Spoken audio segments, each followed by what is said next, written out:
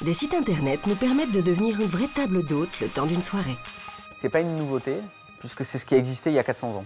Avant, quand on voyageait, on allait manger chez l'habitant. C'est comme ça qu'on crée du lien. Donc on essaie de revenir à ces anciens modèles. Et Internet permet de revenir à cette mise en relation. Quelqu'un qui veut accueillir va arriver sur notre site et va créer sa table. Donc c'est son profil, il va donner des détails sur sa modalité d'accueil, sur le type de plat qu'il peut faire, le format du repas, est-ce que c'est plutôt un brunch, un dîner, même un goûter. On ne cherche pas l'excellence culinaire, on cherche le moment d'accueil.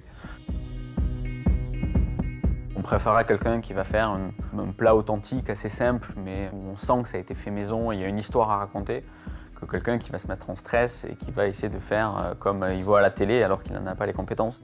Bon alors, le foie gras, si jamais vous ne le savez pas, ne s'étale pas. Ah bon? C'est-à-dire qu'on ne l'étale pas sur du pain. C'est pour les américaines. Eh oui, donc, donc en fait tu prends des morceaux et tu le mets délicatement sur un morceau de pain. Et pour connaître toutes les astuces pour réussir son dîner, ce blog sur l'art de recevoir vous aidera. Il y a 5 étapes comme ceci qu'on peut identifier dans l'art d'organiser un repas, la planification, les achats, le moment de cuisine, le moment de repas et le moment de partage.